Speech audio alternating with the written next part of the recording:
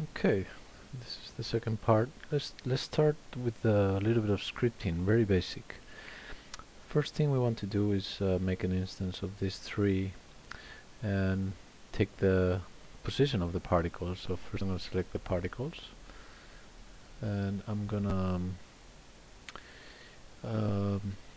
show them as points, not as spheres. Again, it's particle shape. Here we go to point, so we have points. And the way to do this, select these three guys. If you have many, you can always select them with outliner.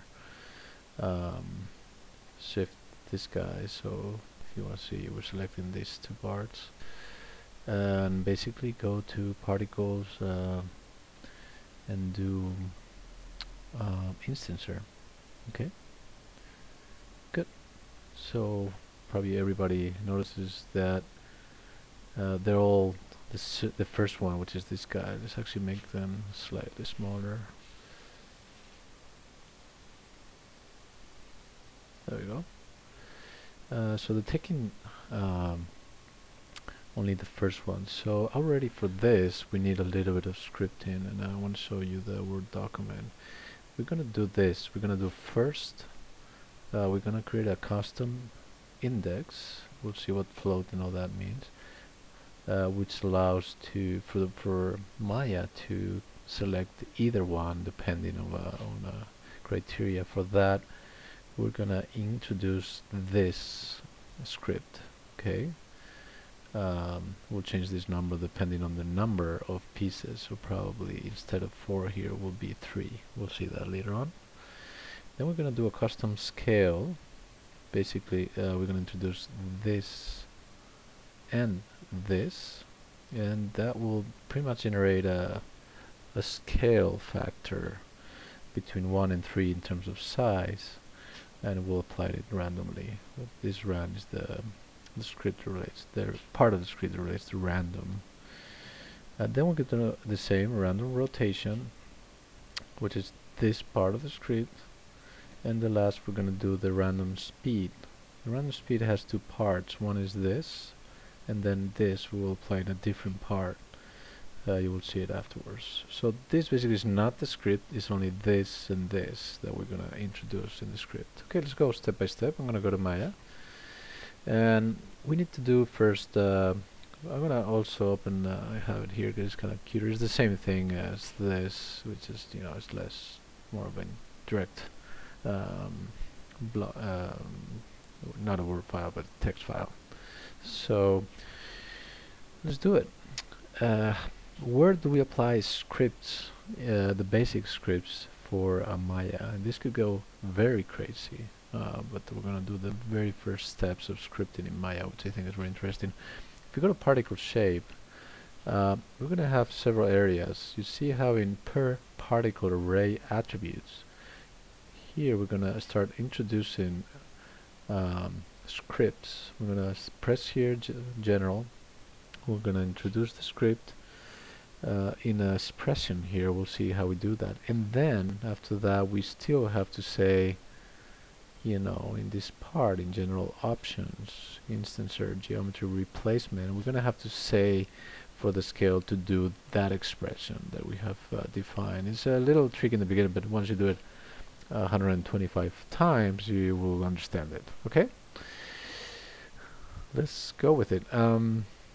First of all,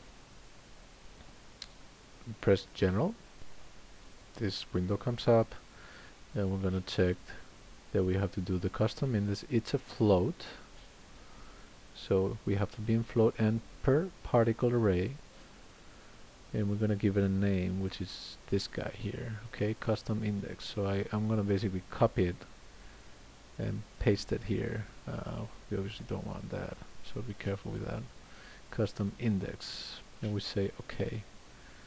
The moment we do that, custom index appears here. If it doesn't appear, it's because we have to just like go to emitter and back so you can see it.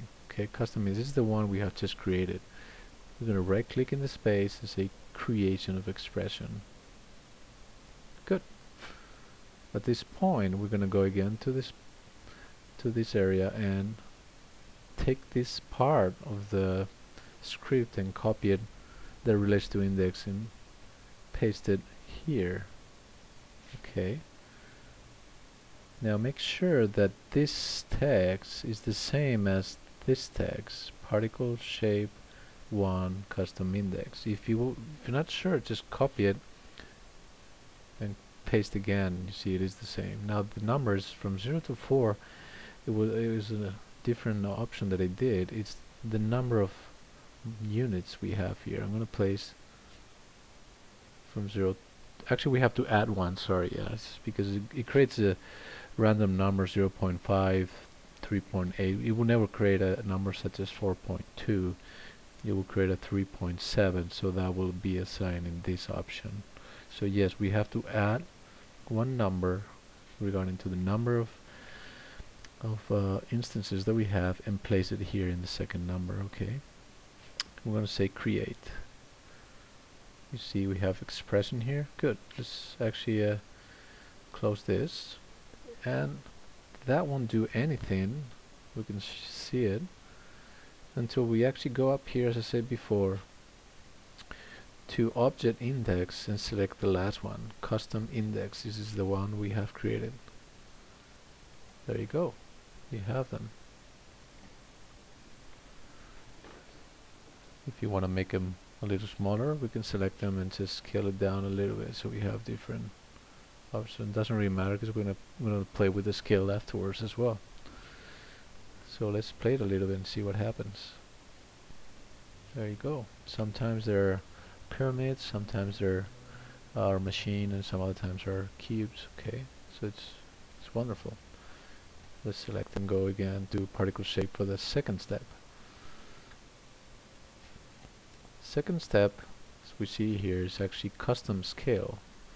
Okay, we're gonna go again to this point. I'm gonna press general, and let me see, it's vector. So we press vector, make sure this is pressed again, and we're gonna say custom scale. Copy, paste.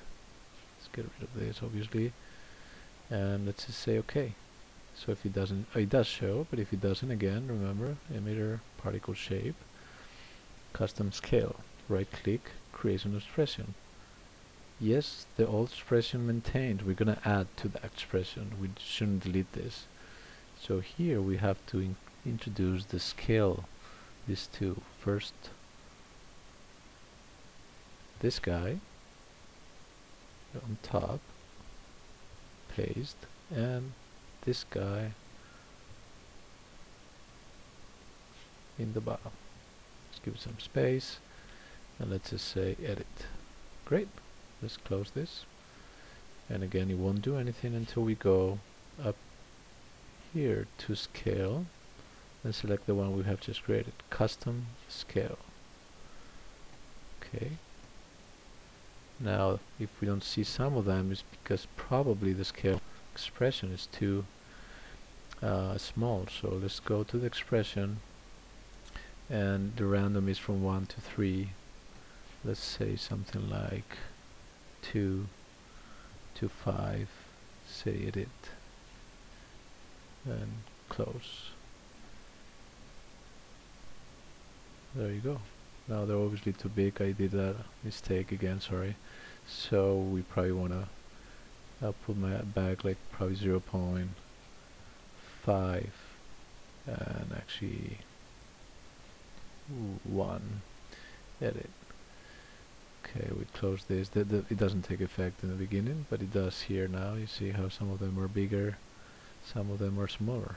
Okay, so by the way, 1 will be the same size, 0.5 will be half, and it will do a random scaling, 0.75 for example. Next step, rotation, custom rotation. Let's copy this, and let's go to general, paste it there. That will be our new rule, custom rotation, and let's make sure, sorry, that is a vector. So we go to vector, it's fine. Okay, it is custom rotation there. Very nice. Right click, creation of expression, and we go to this part where rotation is mentioned. Copy and paste. Say edit, close, expression appears. We again have to go up here to rotation and select ours, custom rotation.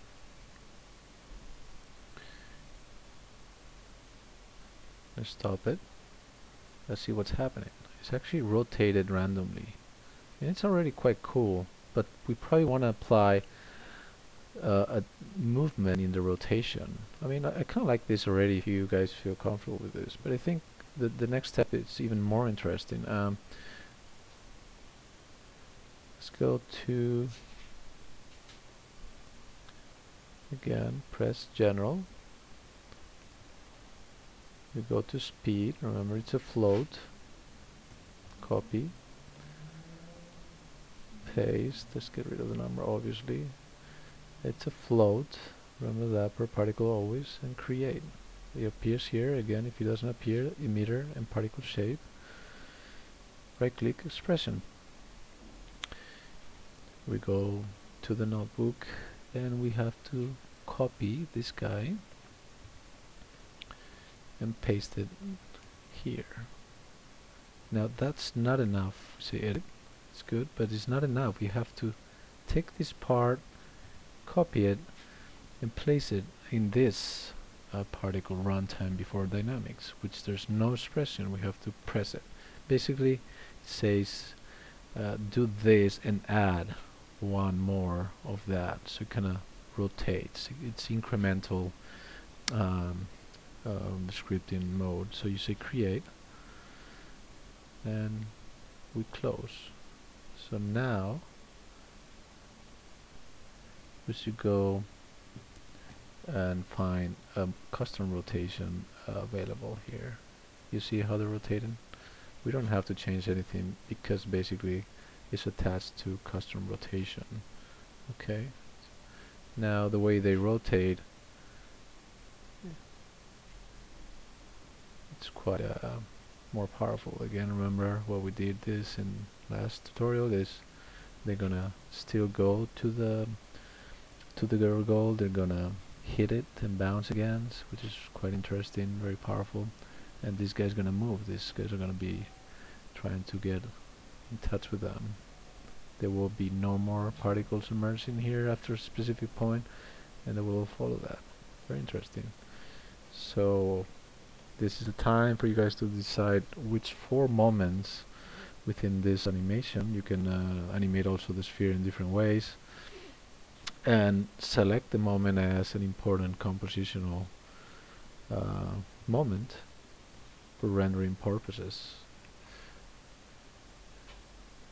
Okay, you render it again, the material with the real qualities, real definition qualities, and very good light, and there you have it. You put in your last row within the grid. Okay, so I hope you like this one.